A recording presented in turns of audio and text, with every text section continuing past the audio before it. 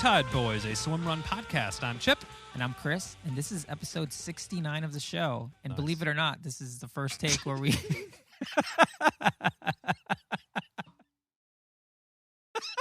Oh, my kidneys. You okay there? Yeah, I thought you... All right, well, we got something new for everyone this episode.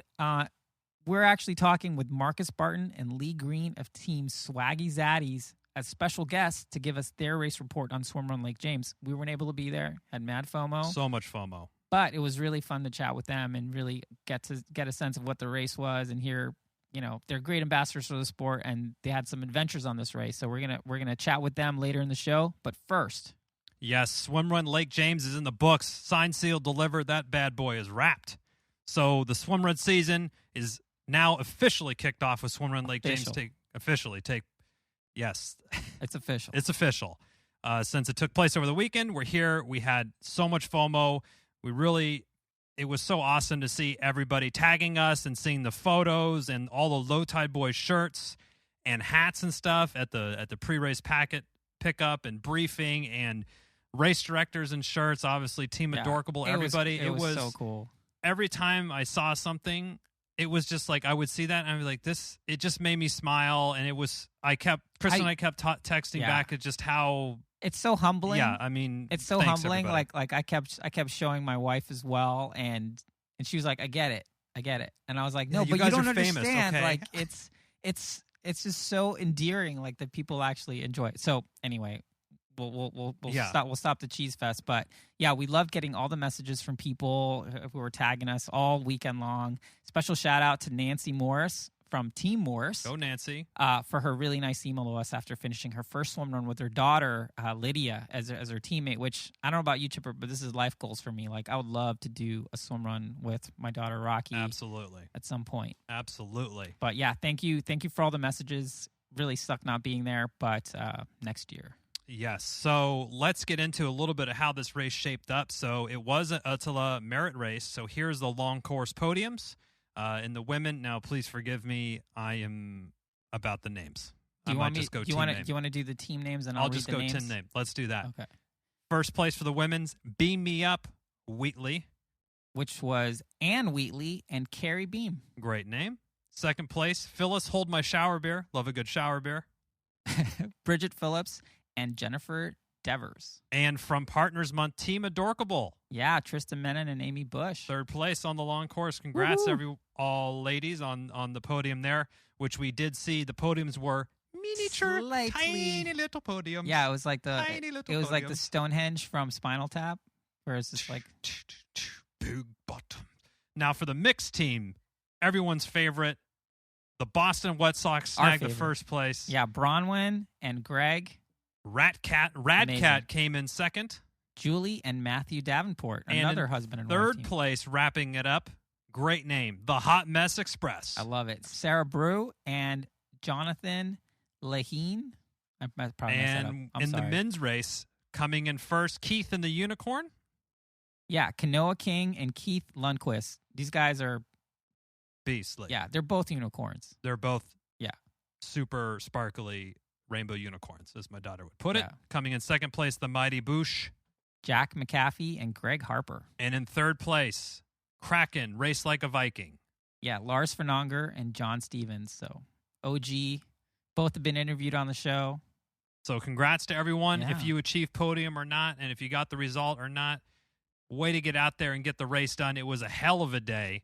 Downpour, freezing cold, all sorts of stuff. Sounded like a blast. So, Chipper, in his genius internet skills, we put up a thing on our Instagram stories asking for mini race reports.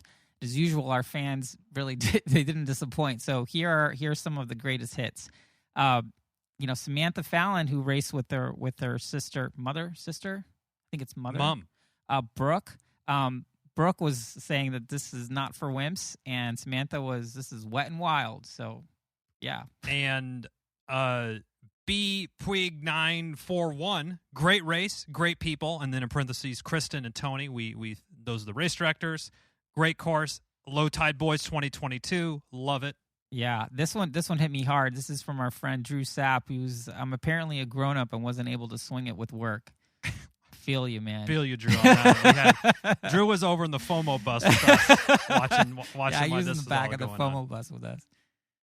And then Amy and Trista, team of Dorkable, had many submissions to the mini race report. So Hilda, don't chew your feet. My parts don't work anymore. Why does the water feel warmer than the air? Turns out it was. And why is the 7-mile run 29 miles with the interrobang at the end? Yeah.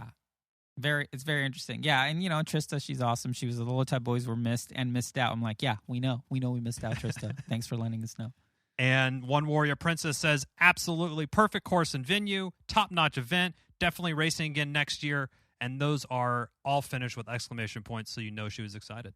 Yeah, and then we have Greg here from the Boston Red Sox. He's fun trails, great swims, lots of transitions, fast race if you're the Boston Red Sox, and a good beer to finish it out. Oh, yeah, the beer. You definitely. Can't miss the beer there. Enjoy And that. Bernard said, who would have thought the cold temperatures and pouring rain would be perfect? Now, I think only swim runners thought that. I think so. Now, Bernard was there with his crew. Kristen, his wife, did really well. Yep. The whole the Octagon team. Yep. Yeah, that was great. The Octagon of North Carolina, as they've been coined on the Low Tide Boyz. Yeah.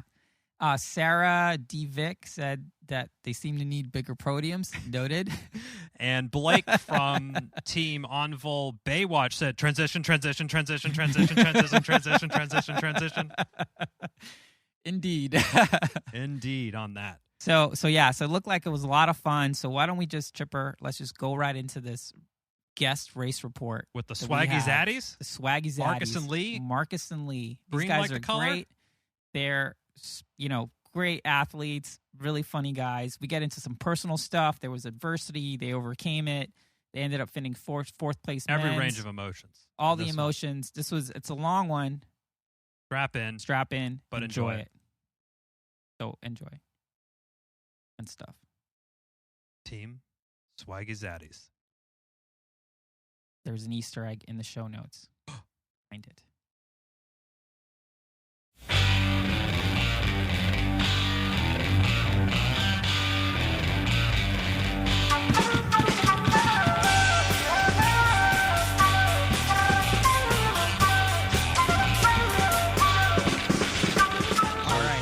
Today we got something super special. We have Team Swaggy Zaddys on. If you don't know who these people are, we're talking about Marcus Barton and Lee Greene. Welcome to the show. Like the color. Like the color. Yes, green like the color. Thanks for having us, guys. Yeah, thanks for having us. Yeah, and you probably remember Marcus from all the way back in episode 18. Yeah. Which was really great. That's almost 50 episodes ago, Marcus. Yeah. 51. That's ages ago. It feels like it. Yeah. So before we get started into sort of what your experience was at Swimrun Lake James, why don't you tell us a little bit about how you guys met? We know that Marcus, he's a polygamous swim runner who has multiple partners, and everyone seems okay with it. But you buddied up with Lee, and so how that happened? Go ahead, Marcus. You lead it off. Yeah. So, Lee, we met through Xterra, right? Xterra Myrtle Beach was your first one. So I guess I'll lead it off then. Yeah. You take this one, Greene. New Year's Eve, 2017, going into 2018. My beautiful wife, Karen. And thank you for all the bullshit that she lets me do too, Chipper. Yeah. Every year she says, you got to do something different. I don't know, usually it's golf or something of that nature, but she said something different. I said, no, let me do a triathlon. So 2018, decided I was going to do a triathlon. Figured out maybe need to swim. So went to the Huntersville Aquatic Center, found a coach, took 10 swimming lessons. Lady named Kathy Goody, awesome triathlete, did that. Did the 2 months later, first triathlon ever at Myrtle Beach. It was Xterra. And actually went on, it's a pretty neat story because it was a really great guy and raced against him this weekend. Went and just actually looked up to see who was really good at Xterras. And this Caleb Beatty name kept coming up. And I looked up this kid and I reached out to him and, he pulled me in his circle. And that's kind of, thankful to him. That's how I met the monkeys, and I'll let Marcus get into that. But long story short, that's how I met Marcus. I don't know if you even knew that, Marcus, or not. That's kind of how we connected, more or less. I mean, so pretty neat little story. Can't believe you brought up the monkeys. Well, that's you can bring that up. It's y'all's deal. It's a neat little thing. So. Yeah. So the monkeys, just a real quick, because it's non-swim run related. That's okay. We have a local mountain bike series that happens, and it's a short track, and it's one of those. Your age group or your division goes out and does 40 minutes, as many laps as you can, as fast as you can in those 40 minutes, and whoever does the most laps wins. And if you tie a number of laps, whoever does them fastest. And so they created one year. They created a team aspect where it's like you combine your group's points as a team, kind of like the big event. Anyway, they created that, and bunch of what I would consider misfits, meaning we weren't tied to a shop, and we weren't tied to a bike manufacturer, and we didn't have fancy jerseys and all that kind of stuff. It's just a bunch of like, hey, we're going to come out and have fun with it. We don't care how we do. We're here to have fun, ride the mountain bikes, and maybe drink a little beer. And so we created the Rabid Muffin Monkeys. Oh, and we did end up getting jerseys made, but we did pretty good in the mountain bike series. Nice. We became a force to be reckoned with, and so we pulled in as many people as we wanted. We didn't care how fast you rode or how technical you were, if you're a beginner, if you're experienced. We didn't care. It was more about getting together and having fun and having a good time. Yeah, very similar to the swimrun community. And I'm guessing if you've known Marcus for some time, he probably within a few days started telling you about swimrun and trying to convince you to sign up. Is that kind of how that went? And when you guys did Austin as your first event as a team?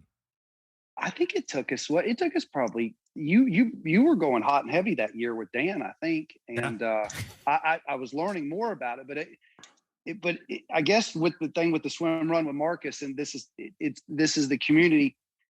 I don't know. He fits the mold so good. Everybody's just so nice. And I remember before that triathlon, I didn't even know this guy. He was listening to this, I don't know, maybe it was Pantera, drinking a Monster before the race. And I was like, hey man, can you tell me if I'm adjusting my bike seat high enough? And he took the time and fixed but I guess that just goes with how good of a guy he is and why he teams up with Swimrun so good. It's a great community. And, I've done road triathlons. I don't know if somebody would have actually took the time to help me with my bike seat, but quick one, Marcus. I don't know if you remember that or not, but you were drinking a Monster before a race. That's probably not a good idea. So what year was it that I did the swimrun outing that you came to? Do you remember? That year was the year you and Dan were going full steam, and I was learning about it through year. And then the next year you did an outing, and I just randomly showed up, and it was very cold that day, but we had a blast. Yeah, it was me, you, Tristan Menem was at that outing. Wow. Nice. Yeah. Nice. Danny Pagan and his son, Amy Carver and Paul Geist. Yeah. And I think that at that point, was that 20? I can't remember what year that was. That 2017? No, 18 was my first triathlon. This 18. was 19. This Okay. was 19 because that's when me and Caleb did the swim run, my first ever technically at Whitewater Center. And I had no clue what I was doing, but I had a blast. And so how that little outing started is in 2019. Yeah, you're right. No, it was 2018. Because in 2018, Amy Carver and I were going to do, Dan and I were doing full boat on the swim run season that year. You're right. But he had already signed up for the Thor X Tri, which is an extreme triathlon put on in the same fjord by the same race director as Rockman. Yep. Hasselberg. And so I had decided I want to do Rockman that year. And he's like, I'm sorry, I can't. I'm doing Thor X Tri. And so I reached out to Amy Carver. Well, actually, it's a long story, but I ended up with Amy Carver and I pairing up to do that race. And so she had come out, and that was part of our training regimen for that race. Fast forward, she ended up doing Rockman with her boyfriend at the time, Paul Geist, who had come out with us to do the swim run. I ended up doing it with Dan. Dan changed his registration from the Thor X Tri to Rockman. And Paul Geist, after the race, took Amy on a hike into Trolltunga in Norway and proposed to her at Trolltunga. Oh, Yeah, a little That's swim pretty run cool. romance there. there you go. Yeah, I love it. So speaking of romance, you guys are hitting it off. You hit it off in Austin. You had a great race there. You had your giant cowboy hats. Was that your first race together, Austin? Yep, Okay. it That was Marcus's like 68th race and my second race. We did pretty good. You guys fared well there, and then just this past weekend at Swimrun Lake James, you had another big race, big day. So we want to hear all about it. Give us the Swaggy Zaddys race report for Swimrun Lake James. We definitely want to hear that. And let's start with, how did you train for it? Did you have a coach? Like, how did you get ready for this? Because I know you guys are going hard this year. And so how are you prepping for these races? So we actually picked up Nicholas Ramirez as a coach. On-vault coaching? Yep, on-vault coaching. So we picked him up. I don't remember when it was that we picked him up, but we picked him up to help get prepared for the race. Mm-hmm. We took off December, but we started him in January. We kind of had, our goal was Lake James. Yeah, somewhere in that. So like a area. three and a half month build, 15 weeks or something. Yes, sir. Yeah, and Nice. we had done his where you purchase his, just his basic plan. Mm-hmm. And believe it or not, that's what we used for our training for Austin. And we liked what we saw, and so we reached out to him and took him on as a coach in February timeframe. Yeah, Nice. Awesome. Nice. And was there any sort of secret sauce that you're like, oh my God, this is super helpful, the whole world needs to know about this? Or was it just like having accountability, someone scheduling your swim run workouts, stuff like that? So up to this point for me, I've always been self-coached, because I've looked at a couple of swim run plans out there, and there are coaches that you can get on Training Peaks and all these different places where they have swim run plans. But these guys are no offense to them, but they're triathlon coaches who've never done a swim run, who don't quite understand it. And so I was looking forward, the same thing I did when I joined and started doing Xterra. I was like, you know what? I need someone who gets it, because the first coach I had in Xterra was a road triathlon coach, and the first thing he told me to do on my mountain bike was go out and ride 50 miles. I'm like, what? Are you fucking nuts? So I think there is a great value in having a coach that understands the sport. And it doesn't necessarily have to be an athlete, because some athletes make terrible coaches. But I think that you got to have someone who truly understands the sport. And as you guys know, it's not triathlon without a bike. Yep. Right. And some of the plans that I've seen out there are triathlon training without a bike. Yep. So and the other aspect of the secret sauce, especially for me, this is what I was getting to it a minute ago, is same thing goes for triathlon coaching. Go to your coach and say, I think these are my weaknesses. I think these are my strengths. I need to shore up my weaknesses. I need to get better at my strengths. And also kind of knowing something about the race that's coming up, it definitely helped. And so I knew what my weakness was going into the race. And so I asked Nicholas, like, help me with my weaknesses. That's what I need to work on. Mm-hmm. And so he crafted a plan that catered to that. Now, I had also had that discussion with Lee. And so we kind of came together and said, hey, this is what our weaknesses are, and this is what our strengths are. Yeah. This is what we I think we should do for training. I'm not going to get into the weaknesses. But he was great. I mean, I don't know. He was just, when some days we'd hit a wall and he didn't force us to, he would alter the schedule to help us. And I really enjoyed that. One time we were like, hey, we really want to do assault on Black Rock this race. And he's like, yeah, go have fun. And I think some coaches would be like, no, go grind out 19 miles. Yeah. So I thought that was cool too. I thought he was really, I mean, that's a really good point, where I think that you're both alluding to it. It's like having a coach who kind of understands real life, but also, swimrun is so specific that I think as the sport gets more popular, you're probably going to see way more sort of triathlon coaches being like, oh yeah, this is easy. Or like, just offer a plan. Yeah. and not have it be like purple patch where you have like John Stevens, who's obviously super pro and stuff like that, or Team Envol or Envol coaching, which is, I mean, Nicholas has gone all in on Swimrun. He's only Swimrun coach. I don't think he's coaching triathletes anymore. So it's pretty cool. I'm really happy to hear that, because I think as people get more into getting good results at races rather than just finishing or whatever, I think coaching definitely helps to that. And good coaching obviously goes a long way. It doesn't necessarily have to be. I know I've got lots of friends that aren't trying for the podium. They're like, I just want to do better, or I want to improve my swimming ability, or I want to improve my running, or whatever it might be. You have two friends right here that are that's our goal. Right. We just want to get better. Like, we're not trying to set the world on fire, but we want to get better.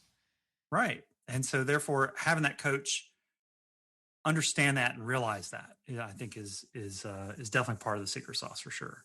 Yeah. Now, before we get into the play-by-play, for the gearheads out there, can you go over kind of what gear you decided to go with for the race and why, and any things you would have done differently? So we did. Can I talk about the training real quick? Oh yeah, One yeah, thing. Let's get your.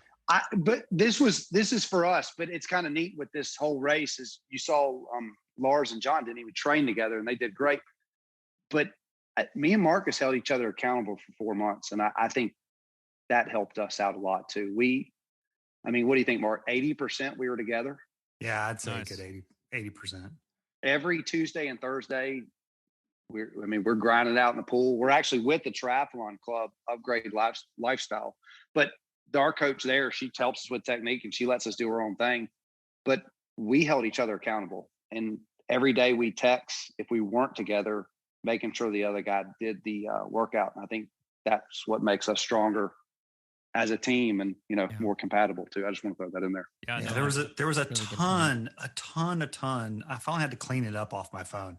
There's a ton of sending each other pictures of our watches, of our Nice. of was our getting some of workout, those, too. of our whatever, saying, "Hey, yep, check out how I did on these intervals, or check out how I did." So there's a lot of that. Yeah, accountability, and that kind of goes back to something that I think you mentioned, Chris, when you asked the question. And it's great that you brought that up, Lee. Is that's kind of what I need, because I was being self-coached for a long time.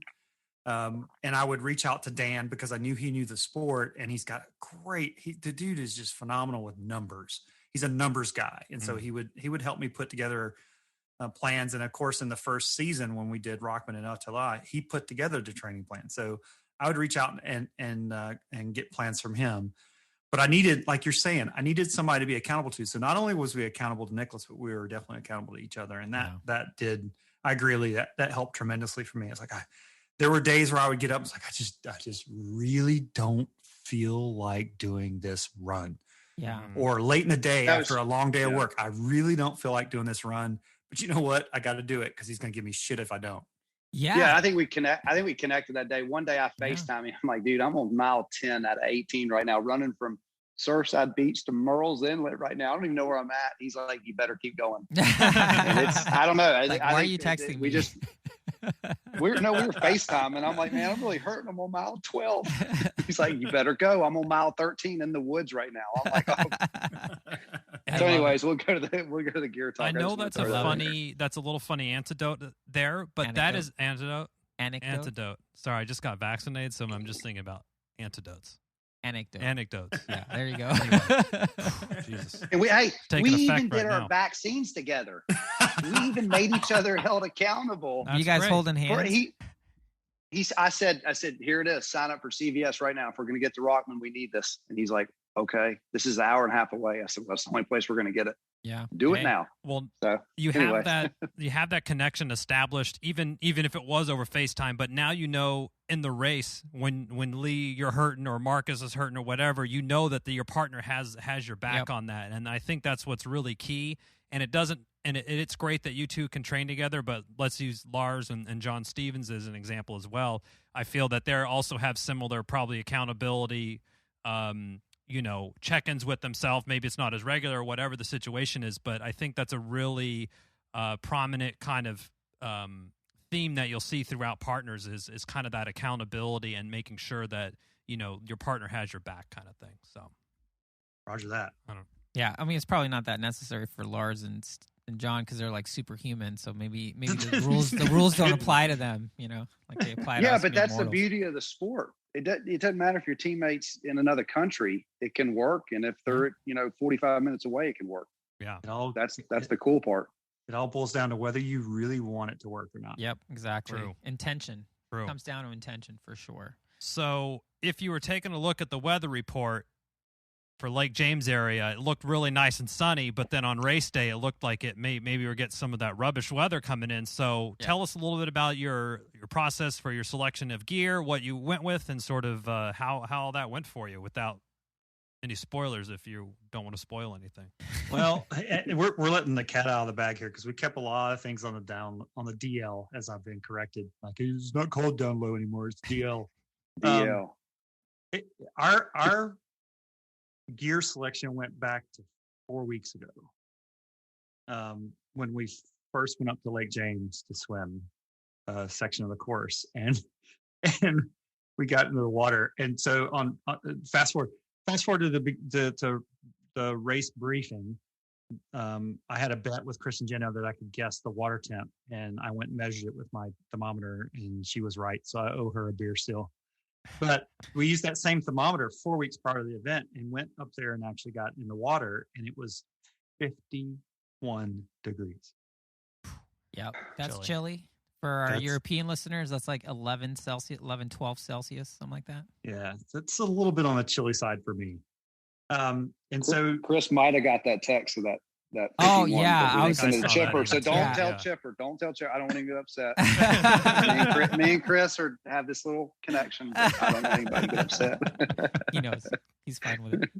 But it was a cold day out there, and so over the next couple of weekends, we spent some time up there and determining what we were going to wear and trying out what we were going to do.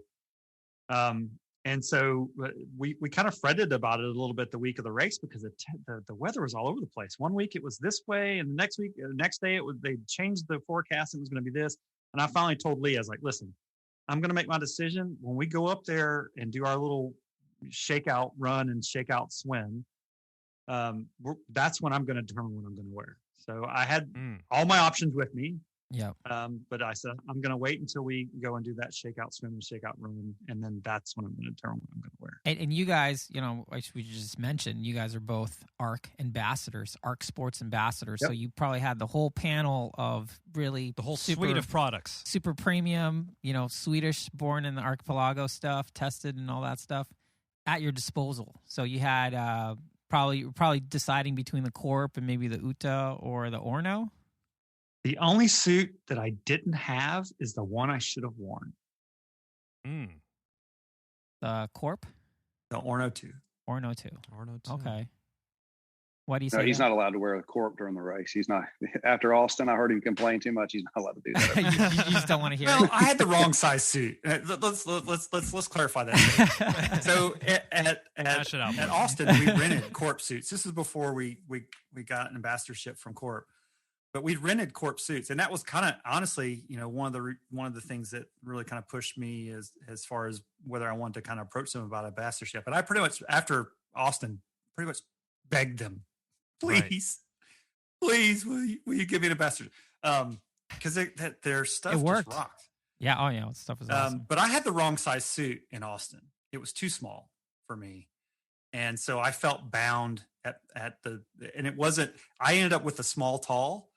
And what I wore in Austin was a small. So I felt scrunched. Like it wasn't too small around the mid waist. It wasn't too small in the chest. I just felt like somebody had taken a strap and gone around my shoulders and through my crotch and like cinched it down.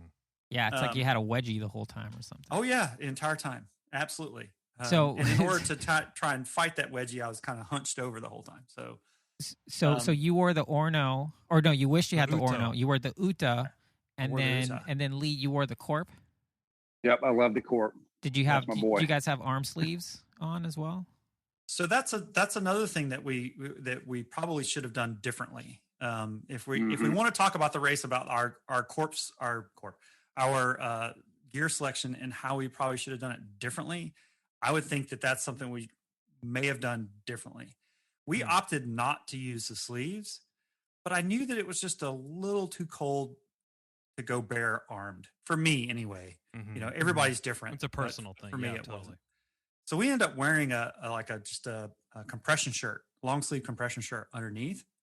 And that gave us a little bit of warmth on the arms. But I think the sleeves probably would have helped a little bit during the race. Okay.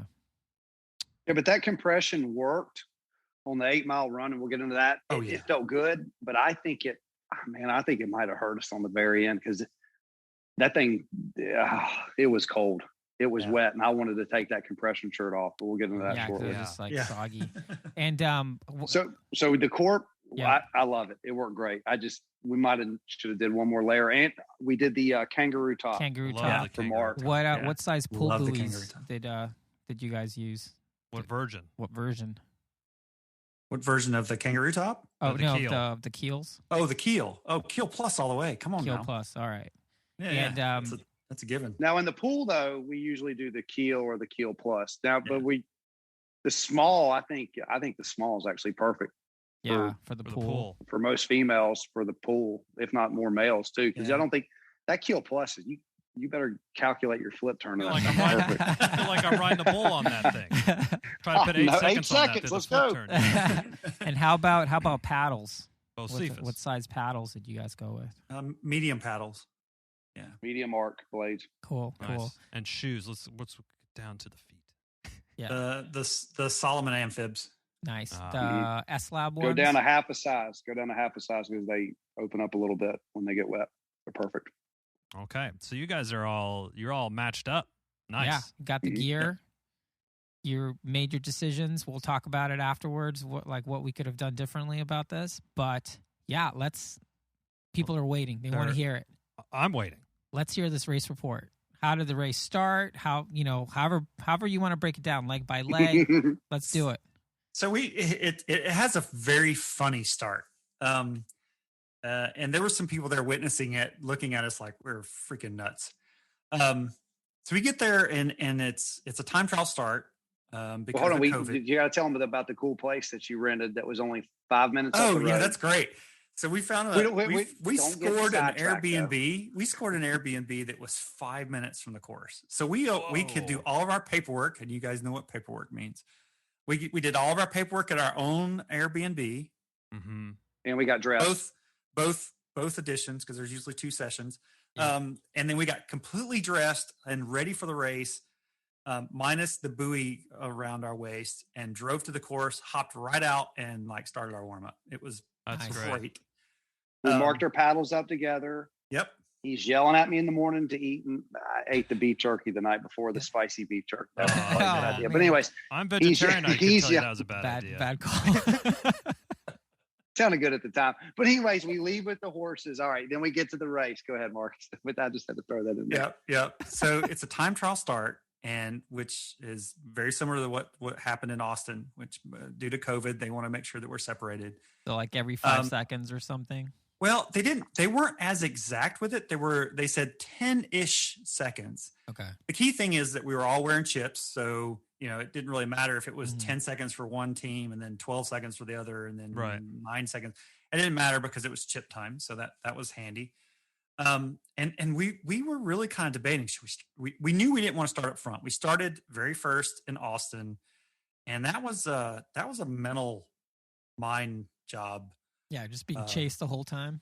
Yeah. And everybody that passes you is not just ahead of you. They're ahead of you by whatever interval it was that they started. Mm-hmm. Yeah. And so it made it very difficult to figure out where you were at in the race. And so we debated. It was like, all right, we're not going to start first. We're not going to start first. That was that was too bad. We just didn't like that.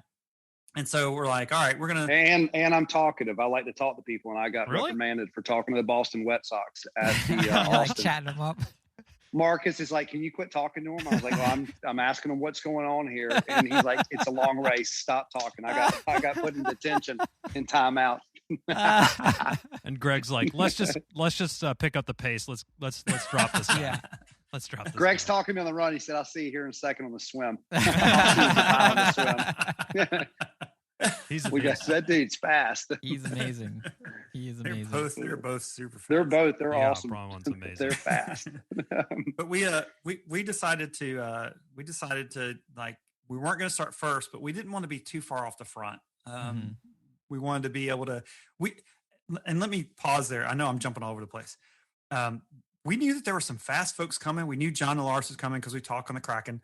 And we knew those guys were coming. So we were like, oh crap. John and Lars are coming. So they're going to be fast as hell. And then as we started to kind of see, looking through the list of folks that were racing, and then realizing who was there, because there's some folks that you recognize, it may not recognize by name. Like when we went home that night for the race, like, man, this field is stacked. There are some fast boys. You know, you're talking about somebody who did a 2:40 marathon, and somebody who did like third at Catalina, and then you got John and Lars. Like, God, man, this is just a stacked field. So we didn't want to start ahead of those guys, and we kind of was like, all right, let's hold back and see, kind of just watch the start and see how it goes. And so we're kind of hiding over behind the barn, kind of watching to see who's going to start. And then there was a whole joke of if we were going to wear the gold bibs or not. You know, the gold series bibs that we wear the gold bibs, and then of course you got the Dirksons who wear the gold bibs. And so we had asked Lars and John, like, should we wear these? And they're like, absolutely. It's one of the races that kind of sponsored the bibs. So yeah, you should wear it. And so we're standing at the start line behind this barn, kind of watching things. We see the Dirksons down kind of in the mid pack of the thing. And Greg spots me and he holds up his golden bib, like, are you wearing this? And like, he doesn't have it on yet. So he holds it up. He's like, are you wearing this? I'm like, yes, we have them. So I shake mine back at him. And then they all kind of, several teams take off. And so here's Lee and I going, should we go ahead and start? Or should we wait? Should we go and start? No, I don't want to start in the back. Let's start in the back. No, it's too much traffic. We're sitting there arguing about it. It's fine. I was like, fuck it. Let's go. Let's just go. And I said, we got to go. There's like 20 teams. We got to go. we run up to the front, like bounding over little shrubs and miscellaneous stuff that's kind of laying out in the middle of this. Totally butted in line. And we asked the folks up front, are y'all okay if we go ahead and go? And they're all like, no, go ahead. And so we take off, and I let Lee lead. The first segment, that probably wasn't a good idea. The first segment is what, a mile run to swim. Run one is a mile. Mm-hmm. It's almost exactly a mile. Yeah. It's a mile, guys. It's actually single track. It's fun. I mean, it's flat till you get to the creek crossing, and we're just passing people, and I'm like, this isn't good. We're rabbiting this race, and we pass John and Lars right before they get in the water. We like butted them out of the way. That was a mistake because they ran us over. Yeah, John just swims over the top of you. Yeah, no, Lars went underneath me. I was like, this is not good. I'm racing a guy that just swam underneath me. Now he's gone. I was like, what am I doing?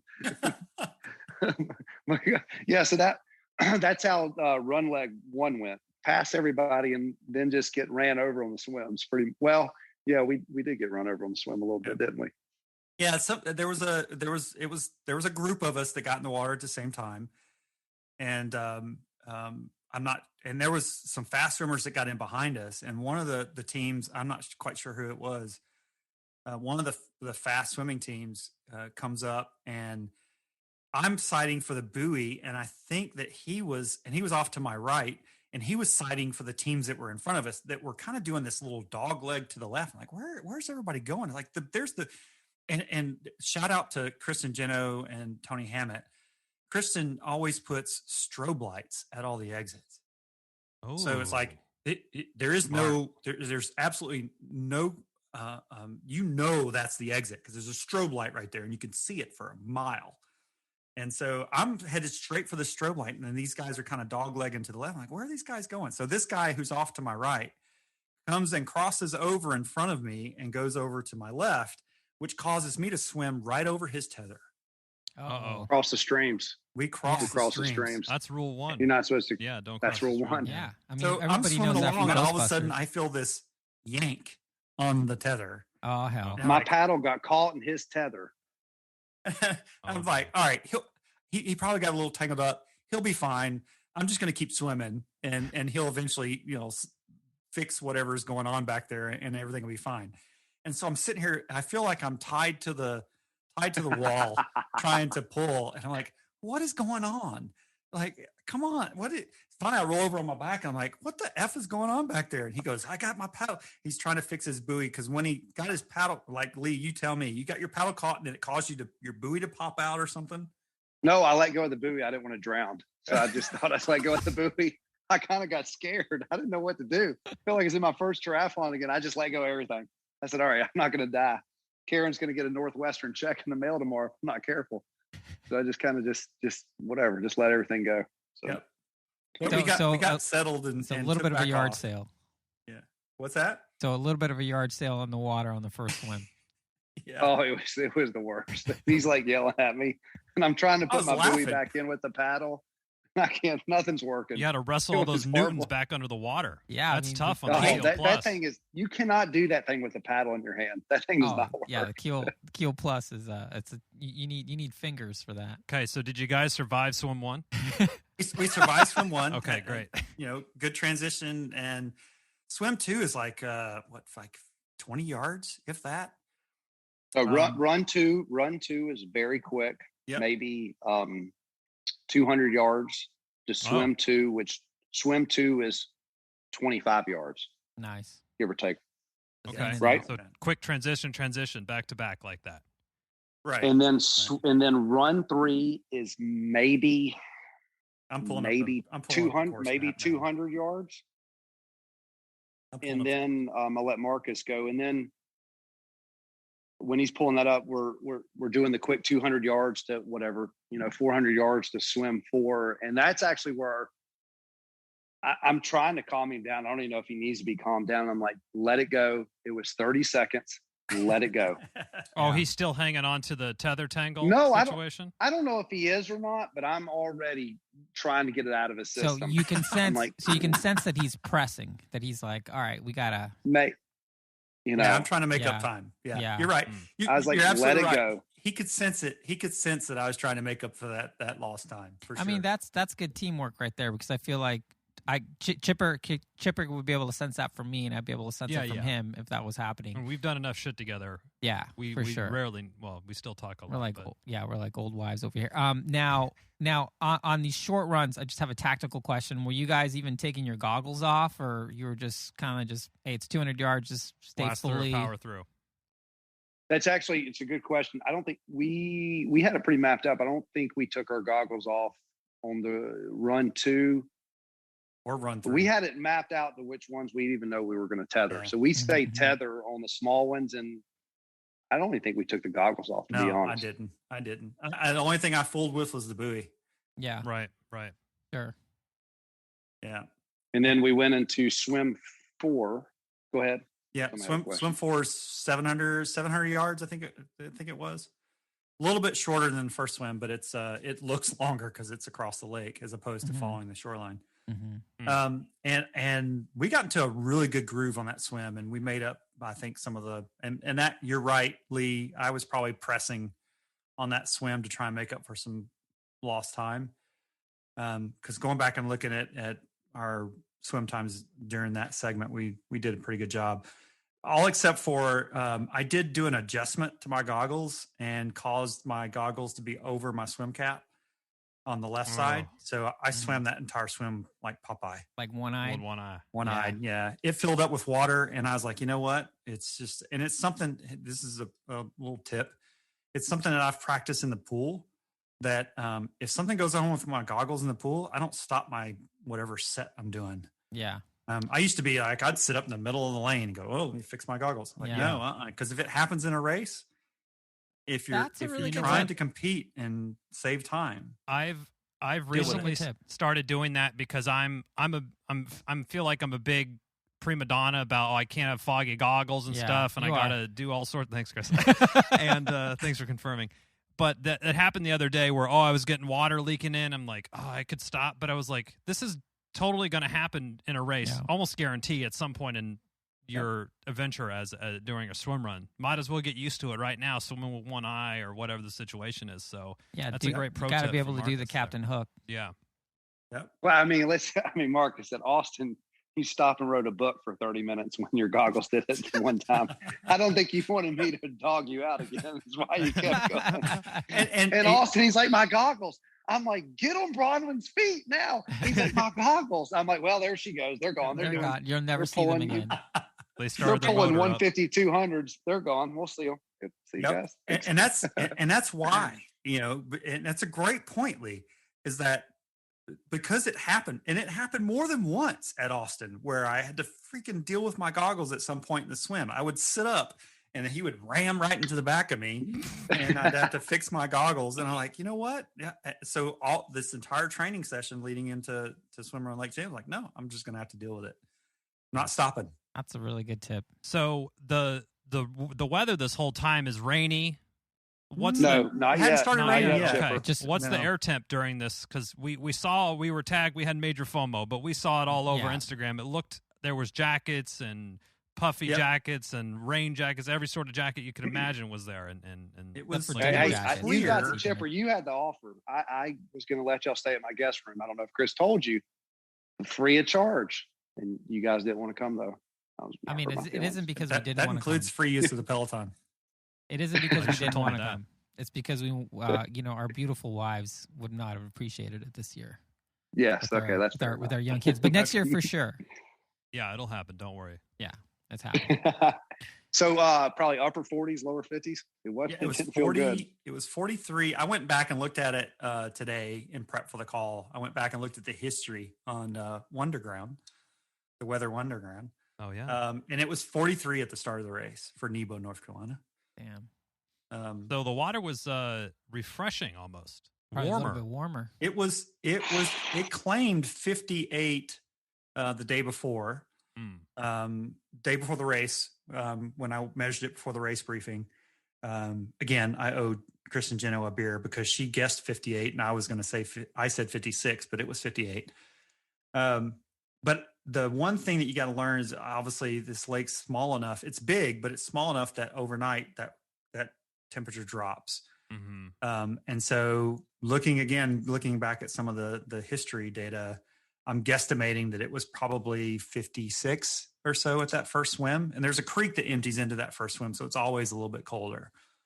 But it was probably about 56 when we started. Mm-hmm. And it didn't get any warmer. Oh no, it dropped. That's the other thing about Lake James is that the temperature levels off and starts to rise probably about noon. Oh, you're all wrapped up by then. Yeah. You're Gotcha. Hopefully dry and in a jacket. Okay, so you guys, you had a good clip going across the 750 yards swim four. Yep. And we got out, and unlike the video that Lee sent Chris, I didn't bust my ass climbing up the hill this time. On a training run, on a previous training run, we videotaped, or we didn't videotape. We GoPro'd, thanks to the nice GoPro that the Low Tide Boyz hooked me up with a steep discount. The GoPro video that we did going up that hill, I slipped on the pine straw and just could not stand back up. No matter what I did, every time I'd stand back up, I'd fall back down. I'd stand up. It was very funny. It's very funny. But we did real good in transition to that. We decided that that's a good section just to power walk, not to burn any matches. It's too early in the race to burn matches trying to run up that hill. Mm-hmm. Don't know if that's a good idea or if that was a good call, but that's what we decided to do there. And then that ends up being a nice little run. It's probably about half mile. Would you say?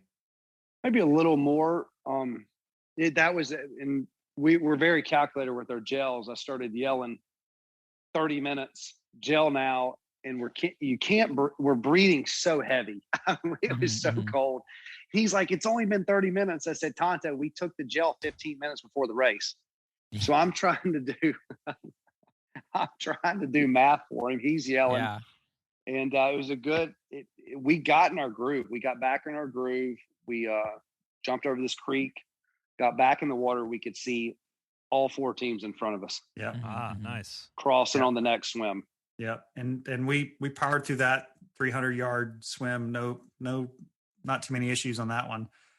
And then starts the big infamous run. long run, which is 8 miles. I think it's advertised as like 7.7. But it's like an 8-mile run. And it's a mix of, as soon as you get out of the water and go through the water stop, there's a little bit of single track at the beginning. There's a long gravel road that has a self-serve aid station that you dump into this rolling fire road that's, I would call it double track because it's really not a road. Although you could get a truck or a Jeep down it, it's soft. It's it's got stuff growing on it, and you got mud puddles and creek crossings and those kind of things. And so it's a really very scenic part of Lake James, and it's part of the Lake James that if you go back to your Kristen Geno episode, where she talks about areas of the park that people just don't normally get to, it's that area. So it's a very beautiful part. There's several times you crisscross over a mountain bike trail. And every time we did, I'd look at the mountain bike trail longingly going, why are we running I wish I had one of those. So it's a good 7-mile run. And then I don't know how many miles it is that you get to a gravel road, and you run that gravel road, which feels like forever. And it's rolling, but it's hill after hill after hill and curve after curve after curve. And you're like, when are we going to freaking get to the water? Just like death by 1,000 cuts, just like little shit kickers. It seemed like forever. Like it's only 8 miles, but it seems like forever because you're ready to get your swim on. And Marcus did good. He pulled me. I was hitting a low point. I couldn't get my breath. That run hurt, and he pulled. I stayed with him, but it was very. I don't know.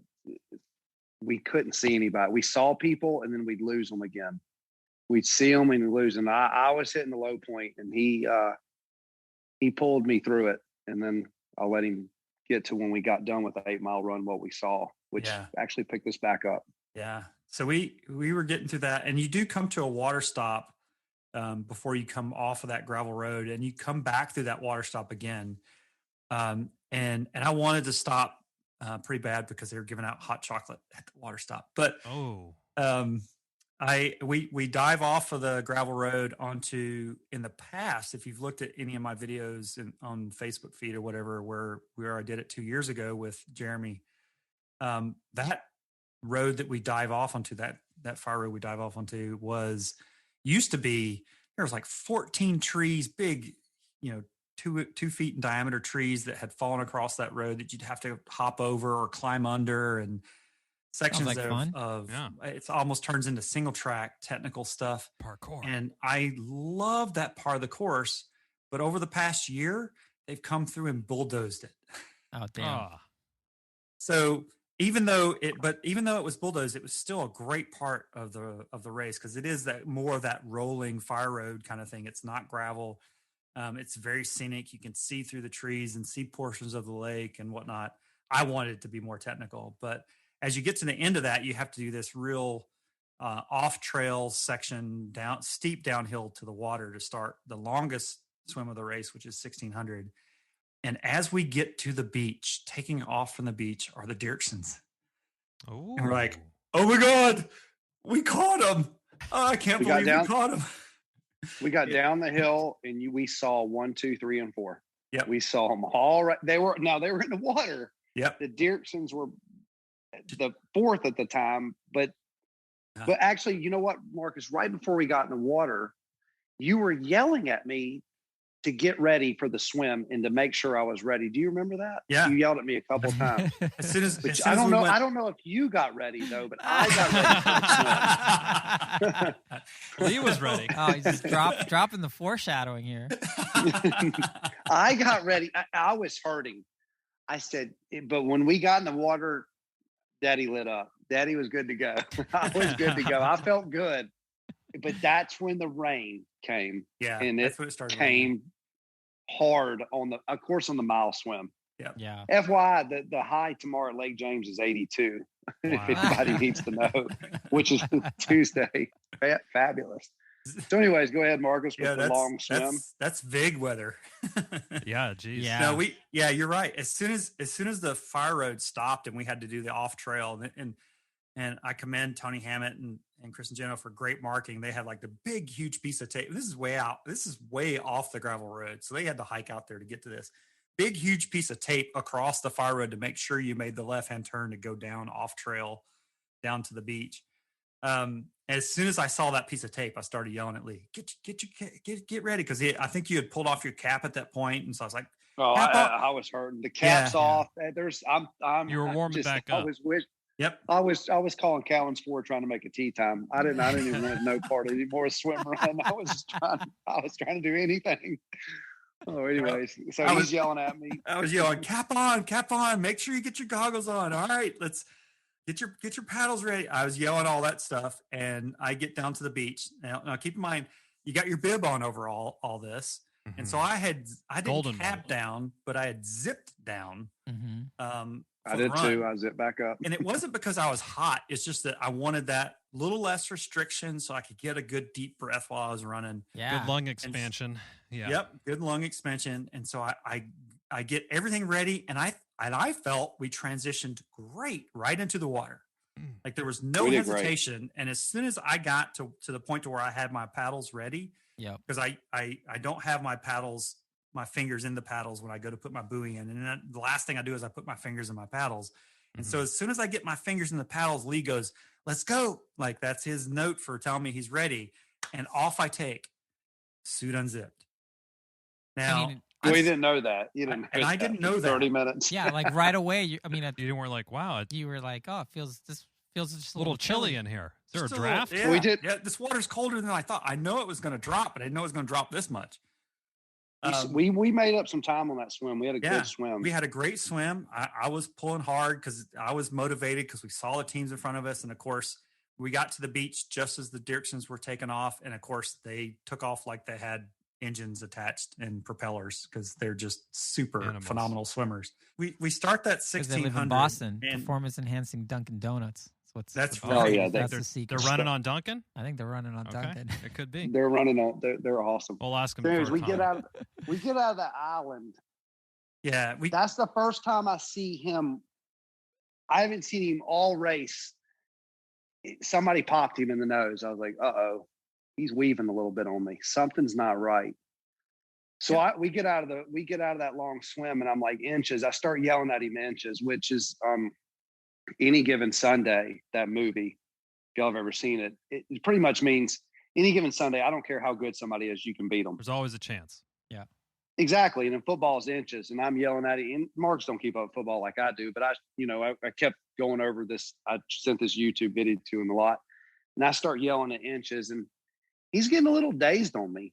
He went the wrong way, and I'm like, Marcus is this way, and I don't know. He was doing good, but something was off. And then go ahead, Marcus. I'll let you start leading what you remember at this point. He blacked out for a second, and then he came back. Yep. So we didn't know what route they were going to take across that island. And I had remembered the routes that we had on previous years. So I'm not thinking straight. I'm like kind of on autopilot, and I'm like, all right, this is the way we're going to go. And Lee's like, no, the tape's over here. So we had to make a left and kind of go down to the beach, and we transitioned very quickly. I mean, it's only like 150 yards across that island, 100 yards at most. So just to go over it, how long was that long swim? 1,300 yards? 1,600. So like a mile. So 1,600 guys, after the 8 miles, 1,600 yard swim immediately through the island in a matter of 30 seconds, then back in the water. Right now we're getting cold. Now you're getting cold. Yeah. So then we do a 450 yard swim, and I'm fine. I'm on point. I'm sighting good. I'm straight. And the thing that comes to my mind as soon as we hit that water is like, it's still cold. Wait. You didn't realize you still haven't. I still have not realized that my suit's unzipped. But he doesn't remember this. His swimming, he's starting to weave to the right on his swimming. No, on the 450, you don't remember it, but you were just a little bit. I distinctly remember it because I kept correcting. I kept having to go, why am I? I was like, why does he keep going to the right? Because his body temperature was dropping, which the audience doesn't know. So go ahead. Yeah, I knew I was swaying to the right because I knew I was having a hard time staying on course, and I fashioned myself to be a fairly straight swimmer if I sight properly, and so I kept having to correct. I'd swim to the right and I'd correct. I'd swim to the right and I'd correct. It's like, what's going on? So I did realize it, and I still do distinctly remember that swim. The word that swim. So we get to what they call the middle island, and the middle island is probably even less of a jaunt across the island than the previous one. I think they refer to it as the Long Island, but some folks refer to it as Goose Island, the one after the long swim. But we get to the middle island, and there's like a funky tree climb kind of with a rope to get out of the water onto the island. Oh. And it's even smaller than the one that we just came off of. So we spent less time out of the water and went right back in for another 350 yards. Yeah, but when we got out of that water, he put his foot over this branch. It was just a little branch, and he weaved back and forth where he about fell in the water. And I really honestly got scared. I said, man, I started yelling, what's wrong with you? I said, I don't care about this race. Do we need to call somebody? He goes, something's wrong. And I said, do we need to stop? He goes, no. I said, I'm serious, Marcus. It's not worth it. He goes, no, I'm fine. So go ahead. I distinctly remember I was like, something's not right. So we get back in the water. It's another 350 yards to what they call Barbecue Island. And it was on this swim that I'm swimming along, and we've got like the beacons, and you're just getting colder and colder and colder at this point. Right. And so I'm swimming along, and I like lose track of what's going on. I lose track of where I'm at a little bit, and I'm like, why am I swimming? Oh, that's right, this beacon. I'm racing. That's right. Okay, yeah. I gotta keep heading for this beacon, and I made the conscious thought in my head that says, I think I'm in trouble. And and that was at the point to where I said, okay, something is definitely not right. I still don't know that my suit's unzipped, but I know that I don't have all my faculties about me. And I didn't say anything to Lee about this. Oh yeah, no, you can't be saying that. Because I'm thinking to you myself, said you saw stars. I was definitely seeing, oh God, here we go. Every time that I would breathe and turn my head and open my eyes to sight. When I'd open my eyes to sight, I would see sparklies. Some folks refer to it as seeing the wizard. And I knew that okay, all I got to do is get to this swim, because the next swim is literally like a 40-yard. You could almost run it. It's like waist deep. And I knew that if I could make it to that and get back onto the long arm main part of the land, that we had a mile or so run before we had to swim again, and I could warm back up during that mile or so run, or catch this, make a call of a safety call, get to an safety station. call. I had the energy. I had the white towel. I had it, and I said, I said, I don't care about 4 months of training. This is my friend. This is a father. This is a grandfather. I'll throw this white towel in. It was like a Rocky situation. Oh yeah. I was the dude. I can't remember his name. But I had the towel. I wasn't going to let the Russian guy come in and kill him. But I was scared. But here's the thing. So I knew that if I got back in the water and couldn't keep my faculties about me, that I needed to probably make the call. I had the energy. I had the will. There was nothing that says that, hey, I'm so cold that I need to stop. But it was, is this safe? And that was the battle that I was playing in my head. And I honestly, guys, I debated whether I should talk about this not on the podcast. And I felt like after some discussion with it, I felt like, I need to, because there might be somebody in this boat, in the future. Yeah, I think so.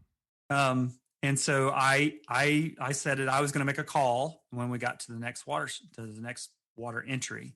And by the time, and as soon as I was going through that process, and we weren't even 50 yards up the road, when I said, all right, maybe I need some nutrition. So I went to reach into my suit and unzip my suit to get my gels out of my kangaroo top. Yeah. And that's when I realized, holy crap, my suit's been unzipped. Oh my God. You said one word. You said one word. I'm not going to say the word, but you said it really loud, but I don't think nobody heard it. Yeah. It wasn't fudge. Yeah. So I immediately zipped up my suit, and I actually got a kind of a second wind of, you know what, everything's going to be fine. It was a mistake. I'm going to run this run with the suit zipped up. You sorted it out. And if you recall, Lee, I grabbed both sides of my swim cap and pulled them down over my ears. Yeah, I was going to use every method available to try and warm myself up. Yeah. And then you said, Dad, you said you suit. I can't believe it. I said, let it go. I said, are you good? He said, yeah. I said, let it go. Yep. Start running. So I knew he was good then. So then here's Lee. Let it go. And then we pushed on that run. Well, and I think there's, we don't need to belabor this anymore, but I think one thing that you did that was really smart, and maybe this is just from, all the years of experience that you have. It's like when you're when you stop to kind of analyze what's going on, you're like, well, let me try nutrition. Let me try this. Let me try that. Your fail safe. And I think that analysis, I think it's applicable to everyone who might be in a situation like that. It's like, oh, let's just run through a checklist. I'm feeling down, I'm feeling whatever, like, oh, maybe I'm bonking or something. And, nutrition is an easy thing, especially if you're doing gels, to just kind of give you a little bump right away. Yeah, so obviously that uncovered what the problem was, but I think that's just good advice in general, just to kind of think through. And the beauty is that when I go back and I look at my times on each one of those little sections and segments and whatnot, we did great. I don't think we lost any time by that incident.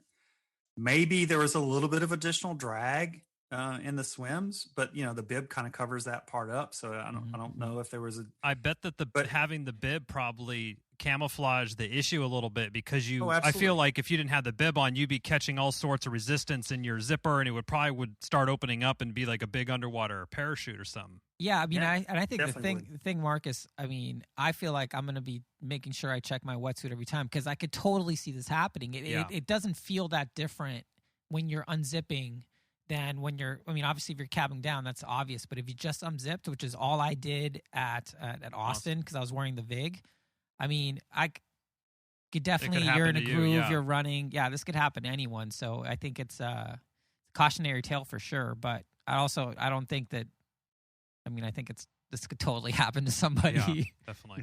I'm pointing at myself right now. And when we're racing, we have the mind of like a 3-year-old. Oh yeah. We don't think straight. We're focused. We're throwing tantrums. Yeah. Mm-hmm. Yep. Saying words you're not supposed to say. Right. Words that are naughty. Yeah. So, okay. So fast forwarding, we got through the next 2 swims, which is basically we ran. I think it was less than a mile, and then we get back into like a little short. I think it's like a 120, 130 yards or so, then across the peninsula, and then like another sub 200, but it was close to like a 200 yard. And then we kind of get into about a 1.5 mile run towards what Kristen has dubbed the Brian swim. If you go back to that episode, she talks about Brian swim, which is the 1300 swim back to Half Mile Island, where most people tend to fall apart, and where Brian had fallen apart in the past. And so through our training, we always refer to it as Brian swim. And so we get the Brian swim, and I'm feeling a lot better. Those 2 swims before it, I was feeling a lot better, but I was still kind of like, all right, I have to make sure I keep an eye on myself, so to speak. But that 1.5 mile or so run down to Brian swim really warmed me back up. We took nutrition on that swim, or before that swim. And did you stay capped up with like a swim cap on and stuff to just make sure you got your core temperature back up? Oh yeah, I didn't. I don't think I took my cap off the entire race. I don't think I did. No, you didn't take it off. You didn't take it off the long run. I did, but I didn't really tell you. That 1.5 mile runs where I started really going downhill. I was getting cold. Yeah. Every swim I started shaking. The bottom half of me was shaking. I didn't really tell you, Marcus, but I was going downhill, and obviously you figured it out in the last run. But go ahead with Brian's It's like swim. true confessions here. Now, Marcus, were you leading all the swims? Were you guys taking turns? Yes. Okay. Yep. Yeah. So the guy in the back, which is where I prefer to be, is Coasting. you're just coasting. So yeah, it's kind of hard. You can definitely get colder in the back. You're not using as much energy. Yeah. I suppose. No, and I was trying to pick my RPMs up. You can't, because you're going to hit his feet. Yep. Mhm. I was like, I can't do many more swims. The bottom half, I just kept shaking. The whole Brian swim, I didn't tell him, but I was in shambles. Yeah. I was hurting. Doesn't sound fun. And the rain is it's a full downpour. We're getting just belted. That is so awesome. Such swim I just run have weather. to say, yeah, that sounds awesome. Oh yeah. Yeah. So Brian's swim, the last major swim. Brian's swim went very well. Yeah. I was feeling a lot better. I got some nutrition in me and had warmed back up. And it's funny because when we first took off the first couple 100 yards of Brian's swim, I was honestly, I was kind of curious as to how it was going to pan out, seeing as that I was gotten cold with the suit unzipped. But when I got in the first couple 100 yards, I was actually, I literally smiled underwater because I was like, oh, this is what it's like to swim with your wetsuit up. That's pretty funny.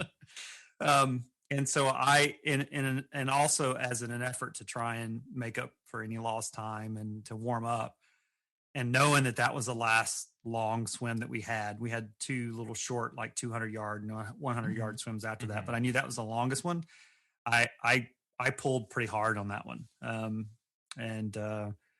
And it was something that I'd been working on in the off season too, of trying to get my strength up, and I really pulled hard on that last swim, and I actually felt pretty good. And we got to Half Mile Island, and there's a half mile run on Half Mile Island, because you run the length of the island, and we did run that one pretty good, but I did start to notice a little bit with Lee. I did start to notice with you a little bit that you hadn't run that as fast as you had done some of the other runs, and so if you notice, Lee and I haven't really talked about this race much since the race, if you can't tell. Well, I love it. This is an exclusive. Yeah, exclusive. Yeah. So if you notice, Lee, that's when I started talking to you more. No, he started the islands. I was yelling at him, and he starts talking to me more, and I was breaking down. I didn't want to show it to him, but I was like, oh, here we go. So those two last swims, I was like, oh, just please get these swims. It's so cold. Just go. Yep. And so when we were running across Half Mile Island, I was kind of yelling back at him, and I tried a couple of different things. I was like, come on, Rich and Rare, let's go. And just that's what I drink. That's bottom shelf Canadian whiskey. It's really good. It comes in a plastic bottle though. It's called Rich and Rare. It's really good. I'm getting a hangover just hearing you mention that. You save money. You save money though. Is that something that makes Cuddy Sark look top shelf? I think Cuddy Shark is a top shelf.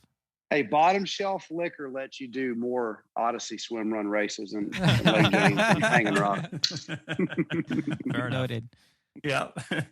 So we got into those last two swims, and I, like, right before we got into the swim, I was like, all right, this is a short one. When we get out, we're going to do this. And, I was kind of giving him instruction as soon as we got in the water. And then as soon as we got out of the water and right back into the water, I saw he was right behind me. I was like, all right, we're good. And the race finishes up with about a 2.5 mile run. And it's all, with the exception of the very beginning where you come out of the boat ramp and across the parking lot, you're back on single track with a little technicality here and there, and rock gardens and lots of roots and things that you have to be kind of aware of.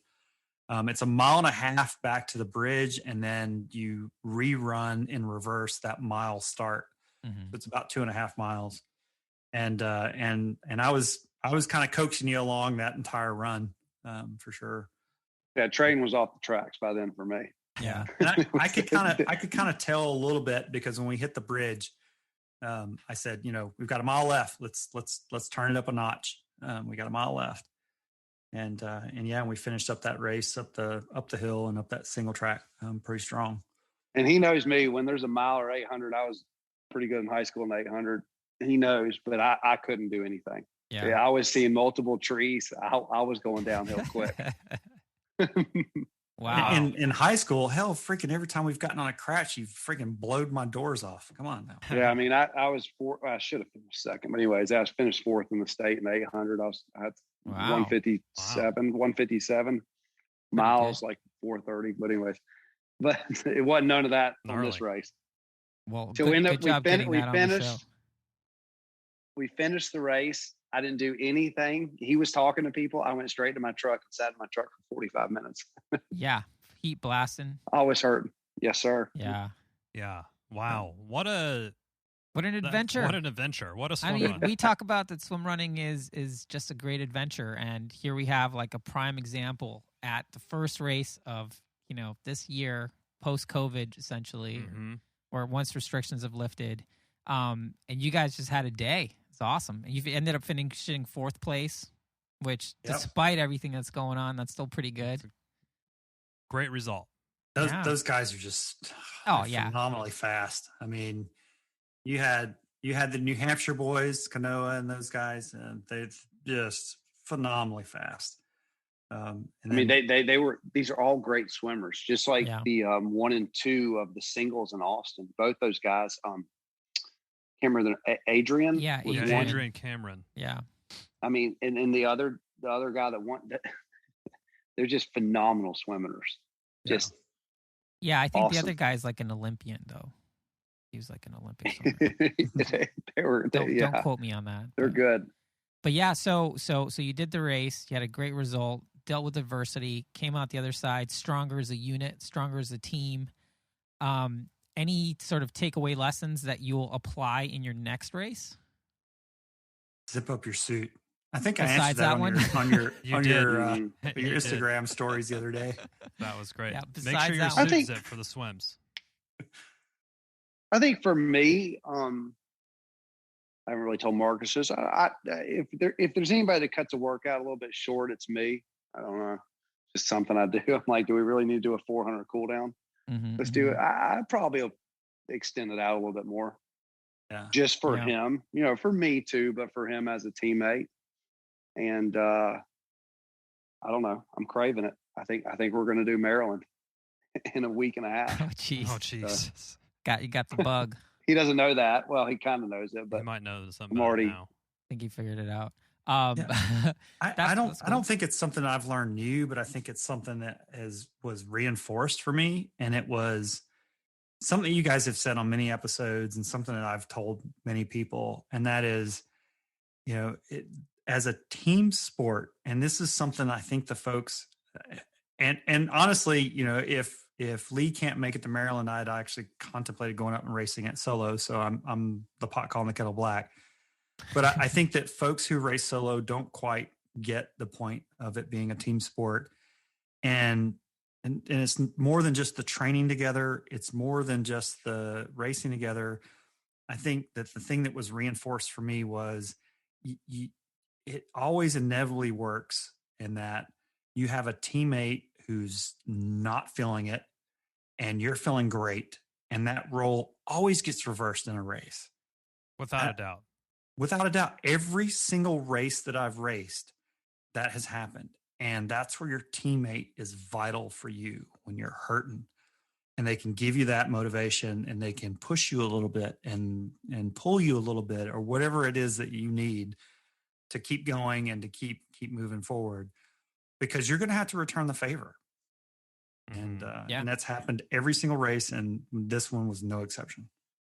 Yeah, wow. I mean, I love that. I mean, that's as you mentioned, like we talk about that a lot, where I feel like my job is to try to bring the best out of Chipper, and his job is to bring the best out of me. And that's kind of, it's unspoken. But yeah, if you want to get the best team result, you got to look after your partner. You have to bring them up when they're down. And like you said, it's a fluid thing, right? Like fitness can be off, nutrition could be off, sprain your ankle. Wetsuit could be unzipped. Wetsuit can be unzipped. Yeah. Anything can happen, and it's, if your partner can't finish, you DNF too, right? So it's about getting across together safely and have fun. And I think that, this is great. I love this. Yeah. Well, Swaggy Zaddys, thank you for coming on. I was trying to avoid saying that the whole time. Now you know, though. Well, Swaggy Zaddys, now, thank you for sharing your experience at Swimrun Lake James. Obviously, that's already on our bucket list, but we might have to prioritize that one for next season. Oh, yeah. And I really having Kristen Geno on the show a few episodes ago is another great episode to listen to as well. If you want to hear a little bit more about that, but it seems like overall a really awesome experience and race and a hell of a day for a swim run. Yeah, I've done it 3 times, and it's I absolutely, you need to put it on your list. Absolutely, It's on. Registration opens soon. Yeah, you guys, thank you so much for taking the time and sharing your race report with us. We really appreciate it. Yeah, Thanks for having us. This is a blast. Thank you for listening to the Low Tide Boyz, a Swimrun podcast. Make sure to subscribe wherever you listen to your podcast and leave a review on iTunes if you're so inclined. You can also sign up for our newsletter at lowtideboyz.com. That's boys with a Z. And check out our meme page at The Low Tide Boyz on Instagram. If you have any questions or suggestions for the show, drop us an email at lowtideboyz@gmail.com. We'd like to thank Writing Easy Records for our show music, and of course our wives for their support and tolerance of our swimrun activities, hobbies, and other bullshit we do. Finally, you can support our efforts on Patreon. Until next time, get out there and go for a swim. And then a run, And then another swim. then another run, And then another swim. and then run to the finish line. And just keep going until you're done. Yes. Or Until run you to cross the finish line. Or run to the car. Or run to your car. Somewhere. Just keep running. Only happiness about tomorrow.